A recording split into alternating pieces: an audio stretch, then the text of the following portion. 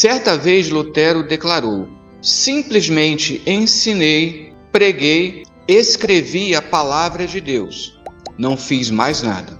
E então, enquanto eu dormia ou bebia cerveja de Wittenberg com meu Filipe e meu Amsdorff, a palavra enfraqueceu tão intensamente o papado que nenhum príncipe ou imperador jamais fez estrago assim. Não fiz nada. A palavra fez tudo. Apesar dessa declaração de Martim Lutero, de que ele não fez absolutamente nada, Gerhard Ebeling, um grande estudioso acerca de Lutero, ele declara: quando me perguntam o que Lutero significa para mim, confesso que, em toda a história da Igreja, não conheço outro pensador que tenha se ocupado tão intensivamente com o tema da Sagrada Escritura e da fé cristã, esteja tão familiarizado com ele e o torne tão próximo da gente como Lutero. Em suas conversas à mesa, Lutero repete várias vezes um padrão de lembrança autobiográfica em que ele conta como seu primeiro encontro com a Bíblia ocorreu na biblioteca, durante seus estudos em Erfurt, quando ele ainda era estudante de teologia. Para ele, o impacto dessa experiência foi duplo. Por um lado, ele descobriu a história de Ana, a mãe do profeta Samuel. Por outro, ele também notou o descompasso entre a Bíblia e o lecionário para a missa dominical. Assim, sua descoberta também está ligada à maior circulação de Bíblias devido à invenção da impressão, uma técnica que o próprio Lutero escatologicamente chamou de dom de Deus. Essa relação de Lutero com a Bíblia também foi facilitada pela invenção da imprensa ou impressão. Um bom exemplo da importância dada por Lutero à Bíblia pode ser visto nessa declaração contida na sua famosa obra Do Cativeiro Babilônico da Igreja. Pois o que é afirmado sem as Escrituras ou sem revelação comprovada pode ser opinado, mas não é necessário que se o creia. Por isso, dentre toda a sua vasta produção literária, ele foi responsável sozinho por 20% de todas as obras publicadas através dos prelos alemães entre 1500 e 1530. No espaço de 30 anos, ele foi responsável por 20% das publicações em alemão. Foi durante sua estada no castelo de Wartburg, onde seus amigos o esconderam a salvo após a dieta de Worms, que Martim Lutero começou a sua obra-prima, a tradução do Novo Testamento para o alemão. Ao retornar a Wittenberg em março de 1522, após quase 10 meses de solidão em Wartburg, trouxe consigo um rascunho da tradução, completando o manuscrito com Melanchthon, que era o seu grande companheiro, o qual era um fino acadêmico na língua grega, e ainda consultaram especialistas para clarificar pontos problemáticos. O Novo Testamento em alemão veio a lume em setembro de 1522. Lutero reconheceu as dificuldades em tal empreendimento. Eu comecei a tradução da Bíblia, ainda que a tarefa em muito excedeu meus esforços. Apenas agora estou descobrindo o que uma tradução realmente significa e por que até agora ninguém se atreveu a associar seu nome com um encargo deste tipo.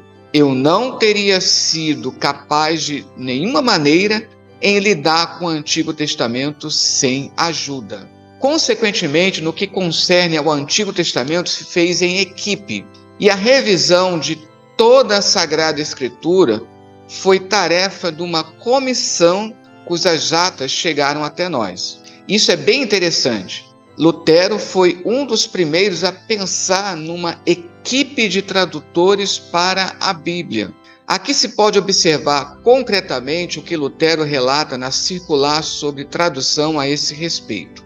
Aconteceu muitas vezes que por 2, 3, 4 semanas procuramos e pesquisamos uma única palavra, e assim mesmo nem sempre a achamos. Na tradução de Jó, mestre Felipe Melanchthon, Aurogalo e eu, às vezes, mal concluíamos 3 linhas em 4 dias.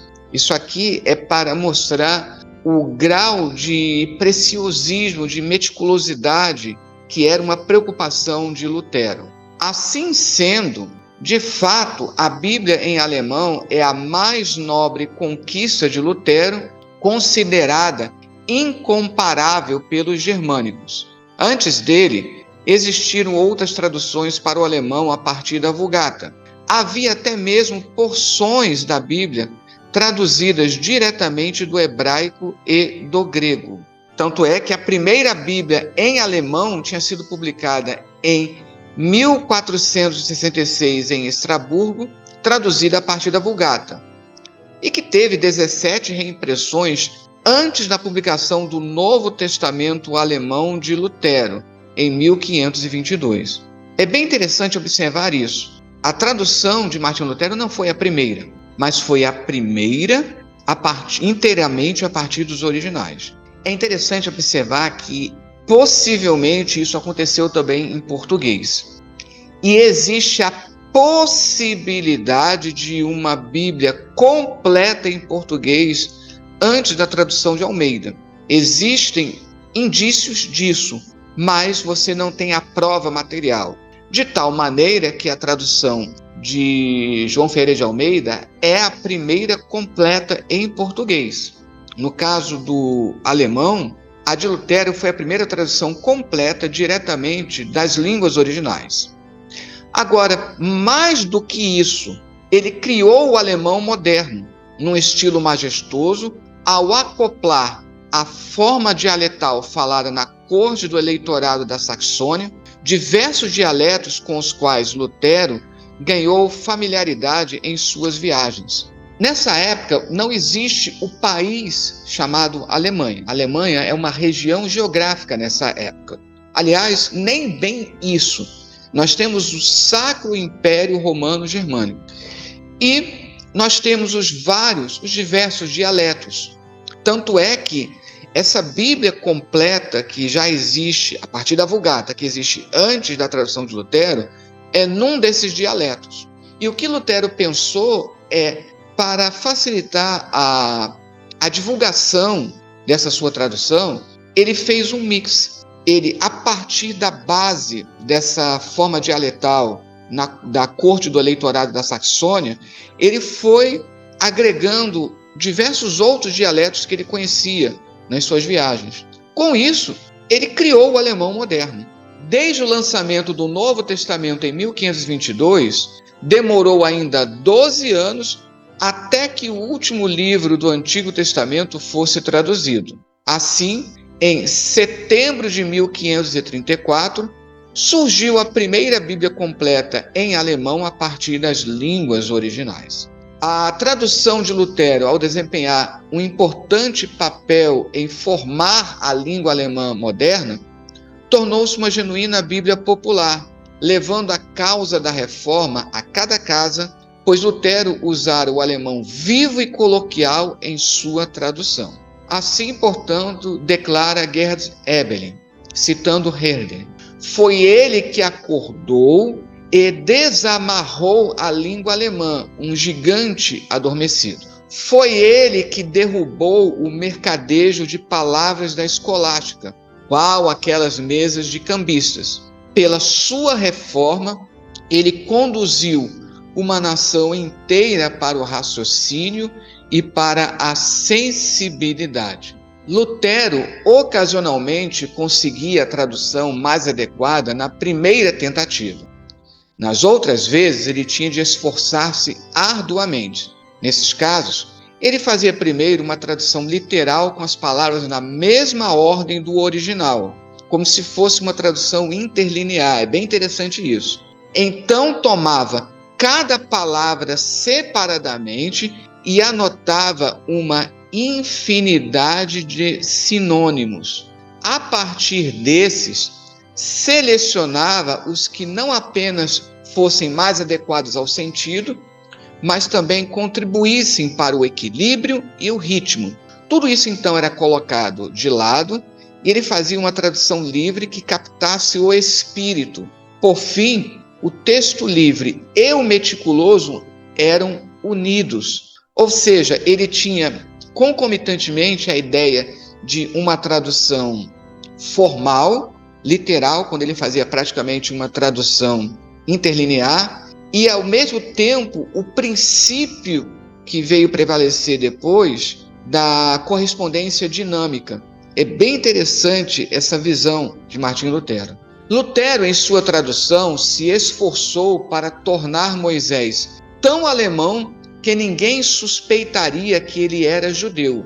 Assim, para dar nome às pedras preciosas de Apocalipse 21, ele examinou as joias da corte do eleitor da Saxônia. Para as moedas da Bíblia, ele consultou coleções de numismatas em Wittenberg. E para descrever os sacrifícios do Levítico, fez diversas viagens ao matadouro e conversou com o açougueiro. Assim, a Judéia foi transplantada para a Saxônia e a estrada de Jericó para Jerusalém passou através da floresta da Turíngia. João Ferreira de Almeida, na sua tradução em português, também refletiu a cultura da época, sendo que o detalhe é que João Ferreira de Almeida, todo o seu trabalho pastoral e até da tradução foi feito do outro lado do mundo, na Batávia. Mas ele não teria usado exatamente a forma coloquial do português de Portugal. Isso alguns conseguem identificar nas primeiras edições da tradução de João Ferreira de Almeida. Não é nas versões atuais, que se afastaram bastante da tradução original de João Ferreira de Almeida. Até mesmo as novas edições da tradução de Martinho Lutero, acontece a mesma coisa. Já se afastou bastante das primeiras edições que foram publicadas ainda em vida de Martinho Lutero. Mas é interessante como, mais do que outras línguas, você pode detectar isso em certo grau, no francês, no inglês, na famosa King James, mas a tradução de Martinho Lutero, mais do que as outras, ela reflete esse ambiente cultural alemão da época. Agora, um detalhe interessante de como a tradução de Martinho Lutero foi não somente condicionada por uma questão cultural, mas também teológica. Para Lutero, o Antigo Testamento testemunha de Cristo num sentido duplo. Primeiro, como lei, dirige a Cristo. Segundo, como promessa e preparação para Cristo e sua igreja. Portanto, o Antigo Testamento está cheio de Cristo, ou, numa outra expressão utilizada pelos teólogos, existe toda uma leitura cristológica apontando para Cristo do Antigo Testamento. Isso não significa que Martinho Lutero não tivesse sensibilidade para reconhecer o contexto de época do Antigo Testamento, aquilo que nós chamamos hoje de exegese, de resgatar o sentido original. Ele tinha essa sensibilidade, mas para Martinho Lutero isso ficava em segundo plano. O mais importante sempre foi essa leitura cristológica do Antigo Testamento e que nós legamos. Em todas as igrejas evangélicas, em menor ou maior grau, ainda se faz essa leitura cristológica do Antigo Testamento.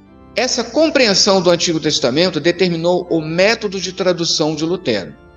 Sua interpretação da Bíblia para a língua alemã é mais do que uma tradução, é uma interpretação particular da Escritura à base de Cristo e da proclamação cristã. Ele traduziu, no caso, o Antigo Testamento, como alguém que crê no Evangelho.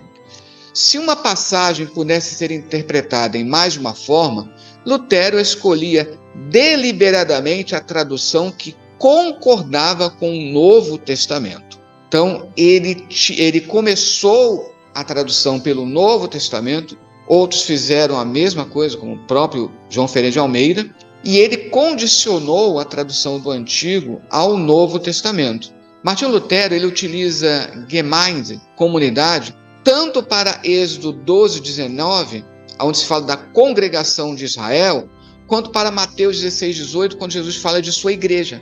Então é bem interessante isso, ou seja, ele uniu dois contextos que, se você for analisar, tanto do ponto de vista exegético, histórico, quanto até da própria teologia sistemática hoje, você tem dois contextos diferentes, mas ele uniu, de tal maneira que você consegue entender a congregação de Israel do Antigo Testamento como a igreja do Antigo Testamento. Este princípio do Antigo Testamento ser regido pelo Novo Testamento pode ser bem exemplificado nesse comentário de Lutero a Gênesis capítulo 2, versículos 16 e 17. Ele está comentando o contexto de Gênesis capítulo 2.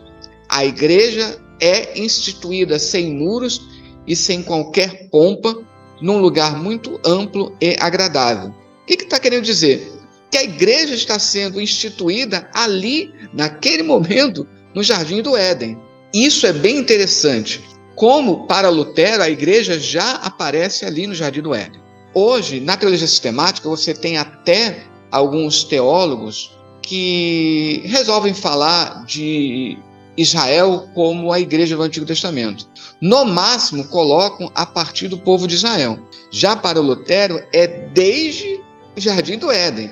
Isso é para demonstrar como a leitura dele do Antigo Testamento, consequentemente a tradução também, como mostrei aqui atrás, ela é condicionada por essa visão cristológica, ou seja, dependente do Novo Testamento. Olha aqui um outro exemplo. Da mesma forma, Gnadestul, literalmente assento da graça, Lutero usa para traduzir tanto o termo hebraico kaporet, em Êxodo 25, dos versículos 17 ao 19, quanto o termo grego hilasterion, que aparece lá em Romanos 3, 25 e Hebreus 9, 5, que é reproduzido na Almeida atualizada por propiciação lá em Hebreus 9, 5 e propiciatório nas demais.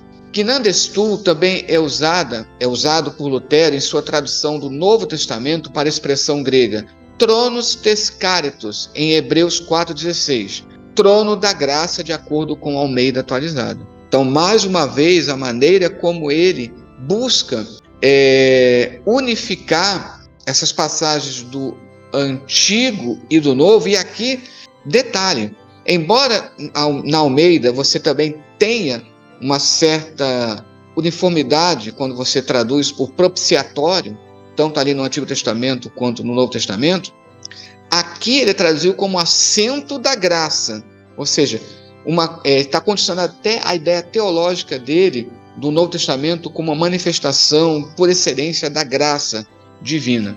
Por isso, uma reclamação comum dos oponentes católicos de Lutero era sua tradução da afirmação de Paulo em Romanos 3,28, de que a pessoa é justificada pela fé, ex fide na Vulgata, como allein durch den Glauben, somente pela fé, ou pela fé somente. Esse era o grito de guerra, digamos assim, de Lutero.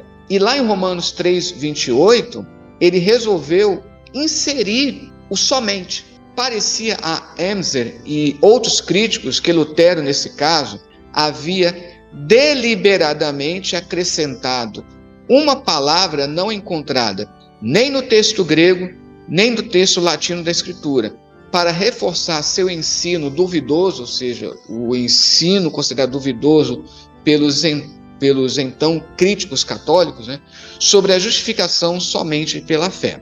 Eu digo isso porque na década de 90 houve uma declaração conjunta entre luteranos e católicos sobre a justificação somente pela fé. Mas Lutero insistia que não era inovador em afirmar que somente a fé justifica, lá em Romanos 3,28. Na igreja primitiva, tanto Ambrósio quanto Agostinho haviam dito a mesma coisa. As palavras do apóstolo não admitiam outra interpretação. Então, essa era a justificativa de Martinho Lutero para mostrar que ele não era tão inovador assim ao dizer que somente a fé justifica. Isso ele já encontra palavras aqui em Ambrósio e Agostinho. O problema é que lá em Romanos 3:28 ele precisou acrescentar uma palavra que não aparece realmente no texto grego em nenhum dos manuscritos. Isso para falar hoje de uma crítica textual. E ele complementa o argumento, pois a força do argumento de Paulo exigia uma tradução não literal. Ele tinha de ir além da tradução do texto, palavra por palavra, para comunicar o seu significado. Ou seja, independente do juízo de valor acerca desse acréscimo, Lutero ele tem aqui a percepção dessa tradução de correspondência dinâmica. E quando você vai pesquisar, até mesmo na tradução de João Ferreira de Almeida, não é incomum algumas palavras que precisam ser acrescentadas para deixar o sentido mais claro. Mas aqui, do ponto de vista exegético, ele teria acrescentado uma palavra que não seria ali, em Romanos 3, necessária.